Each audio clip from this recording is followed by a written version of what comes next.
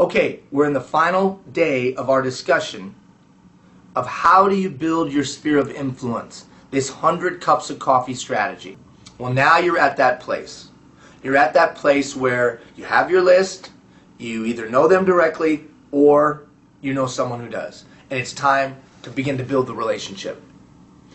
How do I have the meeting? Well, if you know them, then you know how to approach them. As I mentioned yesterday. You either know their style, you know what they like, what they don't like, where they go, what they do. So you think to yourself, what's the best way to connect with them? Email, phone call, face-to-face, what is it? Formal, informal, you know that because you know them. What if you don't know them? Then you're asking those clarifying questions of the individual who does. But what if I don't have any clue or any connection? Then you figure out where they go. You figure out what they do. And you find an opportunity to bump into them. And I mean that sincerely, because you want to build a relationship with them. So you go to them at the Rotary, at the Chamber, at the event, and you just go and introduce yourself. Hi, my name is Ian. It's a pleasure to meet you. I've admired what you've done, or I really appreciate what you've accomplished, or I really think it's cool what you're doing. And I was hoping that you could teach me. I was hoping that I could learn from you, that I could gain from you, that there was something that I could glean from you. Can I buy you a cup of coffee? First of all, you got to overcome your own fear. That's number one. So how bad is this thing you want to do? How bad is that the burning fire in your belly? How bad does that thing break your heart that you want to solve? Secondly, no one's ever turned me down when I've done that. I mean, think about it. We're giving them an opportunity to talk about themselves. I want to learn from you, but you got to be authentic and you got to be sincere about it. I want to learn from you. So whether you know them and you know how to set up the meeting, whether you know somebody who knows them that can help you set up the meeting, or you go and talk to them yourself by just saying, I'd like to learn from you, can I buy you a cup of coffee and take a half hour or 20 or 45 minutes of your time? You can get to those people. All right, now you've got an appointment with them, whether that's at their office, at Timmy's, whatever, you've got a time to sit down and talk with them. Then what do we do? Well, first, before you go into the meeting, you're going to be fully informed, vocationally competent. Remember, we talked about that in our face-to-face session. Vocationally competent. Know what the hell you're talking about. How do I do that? Go to the University of Google. Go to the University of Yahoo. Know the subject matter. Remember, the second step in the change continuum was education. And vocationally competent was a key as a part of building trust. If you haven't gotten the point yet, you got to know what you're talking about. But for the first time in the history of mankind, you can. You can go to the University of Google. You can do the research. You can gain the information. Don't stick your neck out if you don't know what you're talking about. All right, you're fully informed. You've got an idea. You've got a vision. And you've got some information and education to back that up. You've done your due diligence. Now it's time for the meeting. This is the counterintuitive part that most of you are going to be set on your ear with what I'm about to say. Time for the meeting. You are going to utilize an approach called the chat. You are not going to try to sell them on your idea. You're not going to try to convince them of your idea.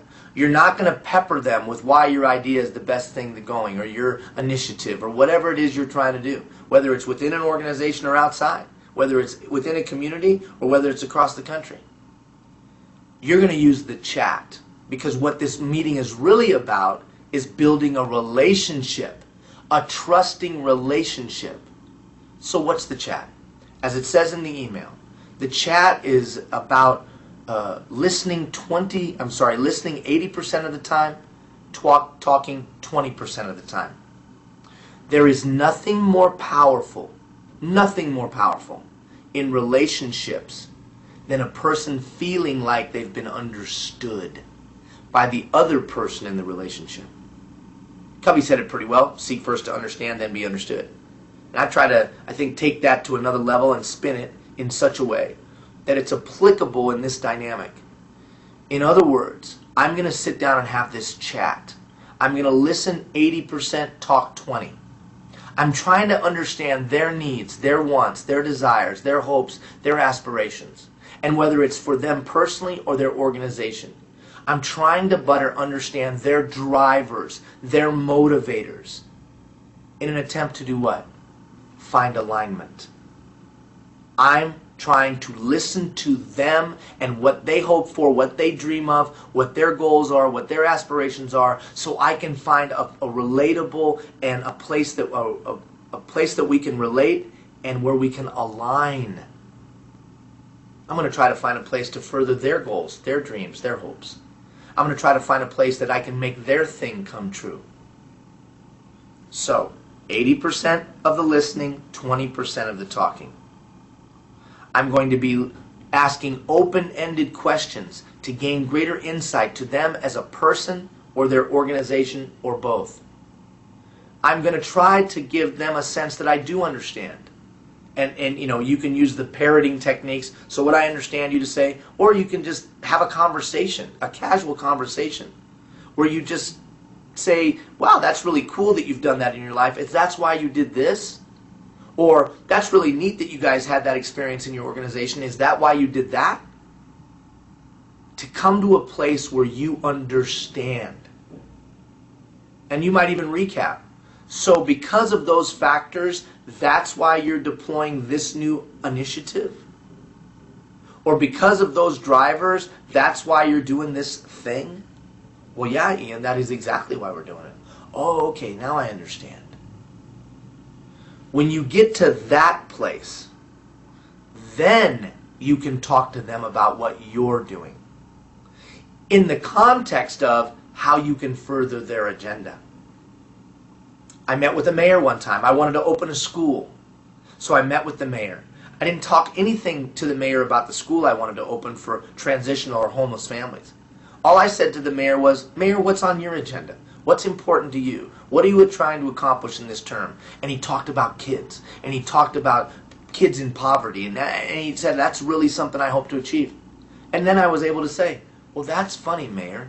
That's exactly what we're doing with this elementary school for transitional families and homeless youth. Really? Yeah, Mayor, I'd love you to be a part of it. Well, that's perfect. I've been trying to think of what I could do. See, what you're trying to do is gain alignment. Now, you could also call this collaboration. This is the art of collaboration, but it begins with trusting relationships. So I'm 80% listening, 20% talking. What am I trying to do? I'm trying to do the most powerful thing a person can do, build understanding, and give them the true feeling that I understand them. It's an epiphany. Wow, you understand me. Immediate alignment. Then and only then do I talk about what we're doing.